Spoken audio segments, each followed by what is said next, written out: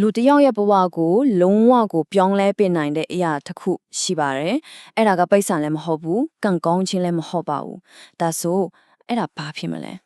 ဟုတ်ပါတယ်ဂျက်မာပြောခဲ့တယ်လို့ပဲအဲ့ဒါကတော့အချိန်ပါပဲလူတိုင်းတွေဒီနေ့ကို24နာရီတီညီတူညီမြောက်ရရှိထားတဲ့တခုတည်းသောအရေးမြစ်ပေါ့အဲ့ဒီတော့ဒီညမှာကိုပြန်မေးရမယ့်အင်မတန်အရေးကြီးတဲ့မိခွန်းတစ်ခုရှိလာပါပြီကိုပိုင်ဆန်ထားတဲ့အဲ့ဒီ24နာရီကိုတိုးတက်အောင်လုပ်ဖို့သုံးနေတာလား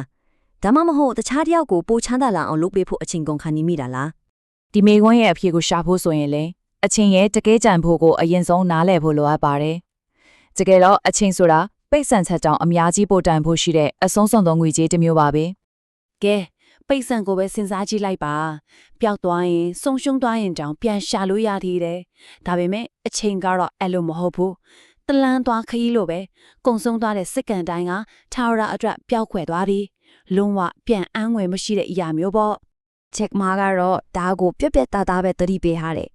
ကိုတိုးတက်အောင်လုပ်ဖို့အတွက်အချိန်ကိုဘယ်လိုသုံးရမလဲဆိုတာမလေးလာဘူးဆိုရင်အဲ့ဒီလိုလေးလာတဲ့သူတယောက်အတွက်တစ်သက်လုံးအလုပ်လုပ်ပေးနေရလိမ့်မယ်တဲ့ ဒါဆိုရင်အောင်မြင်တဲ့သူနဲ့ထားမှန်လူတယောက်ရဲ့အဓိကကွာခြားချက်ကဘယ်မှာလဲအဖေကတော့ရှင်းပါတယ်အချင်းကိုသုံးဆွဲတာနဲ့ရင်းနှီးမြုံနှံတာအဲ့ဒီမှာပဲကွာသွားတာပါ ဒီမှာကြည့်လိုက်ရင်အတွေးခေါ်နှခုဘလောက်กว่าလဲဆိုတာရှင်းရှင်းလင်းလင်းမြင်နိုင်ပါတယ်။တစ်ဖက်ကချက်ချင်းရမယ်ပျော်ရွှင်မှုချက်ချင်းရမယ်တတောင့်တတာဖဲမှုကိုပဲအာယုံစိုက်နေချိန်မှာနောက်တစ်ဖက်ကတော့အနာဂတ်အတွက်စနစ်တကျပြင်ဆင်နေလာကိုတွေ့ရပါလိမ့်မယ် ဥပမာ weekend ကိုပဲကြည့်လိုက်တချို့တွေကပါတီပွဲတွေ club တွေတဲ့ဖြော်ဝါးပြီးအချိန်ဖြုံးနေချိန်မှာတချို့ကတော့သူတို့ရဲ့အနာဂတ်အတွက်အုတ်တစ်ချက်တဲတဲ့ပွင့်ချန်နေကြတယ်အစာပိုင်းမှာတော့မတိတာပဲမဲ့အချိန်ကြာလာတာနဲ့အမျှဒီလိုသိငခဲ့တဲ့ရွေးချယ်မှုလေးတွေကပဲကြီးမားတဲ့ကွာဟချက်ကြီးကိုဖက်ပေါ်စေတာပါ ကိုဒီမေခွန်ကိုရိုးသားသားလေးမေးကြည့်စေချင်တယ်။တကယ်လို့များမနှက်ဖြန်ကိုလုံနေတဲ့အလောက်ကရုတ်တရက်ပျောက်ကွယ်သွားခဲ့ရင်ဈေးဝက်ကိုတန်ဖိုးရှိတဲ့ຢာတွေဆက်ပြီးပေးနိုင်စွမ်းရှိပါမလား။တကယ်လက်တွေမှာအရေးကြီးတာကပွဲလက်မှတ်တစ်ခုတည်းမဟုတ်တော့ပါဘူး။တကယ်တန်ဖိုးရှိတဲ့ကျွမ်းကျင်မှုတွေပိုင်ဆိုင်ထားဖို့ကပိုအရေးကြီးလာပါ ကဲဒါပေမဲ့တည်င်းကောင်းတစ်ခုရှိပါမယ်အဲ့ဒါကတော့ကိုတိုးတက်အောင်လုပ်ဖို့လမ်းကြောင်းကလူတိုင်းအတွက်ဖွင့်ထားရဲဆိုတာပါပဲဒါကလူတိုင်းညာနိုင်ရဲ့မတရားဘူးလို့ထင်ရလောက်တဲ့အားသာချက်တစ်ခုကိုဘယ်လိုရယူမလဲဆိုတာနဲ့ပတ်သက်ပါပဲ အန်အောစရာကောင်းတာကဒီနီးခေတ်မှာတန်ဖိုးအရှိဆုံးကျွမ်းကျင်မှုတွေဖြစ်တဲ့အယောင်အဝယ်လုပ်တာစာရေးတာဝေဖန်ပိုင်းခြားထွေးခေါ်တာလေးကိုအခမဲ့လေးလာလို့ရနေပြီ YouTube Google စာကြည့်တိုက်တီနေရာတိုင်းမှာပါတကယ်တော့အတ္တိညာဆိုတာအခုခေတ်မှာလူတိုင်းရဲ့လက်တကဲမှာပဲရှိနေတာပါ ဒါဆိုရင်တိုးတက်မှုကိုတားဆီးနေတဲ့တကယ်အတားဆီးကပါလေအရင်မြင့်မရှိတာမဟုတ်ပါဘူး Netflix တွေ TikTok တွေလိုအစုံမရှိတဲ့အာရုံလွှတ်စရာတွေတကယ်တရားခံဆက်ကအဲ့ဒါတွေပဲ လူတိုင်းကစိတ်လှုပ်ရှားစရာကောင်းတဲ့ဘဝကိုလိုချင်ကြတာပဲဒါပေမဲ့အမှန်တရားကတော့အဲ့ဒီလိုဘဝမျိုးကိုပြင်းစရာကောင်းခဲ့လို့ထင်ရတဲ့နေ့စဉ်အလုပ်တွေကိုစီကံရှိဇွဲရှိလှုပ်ဆောင်ခြင်းနဲ့တိဆောက်ရတာပါ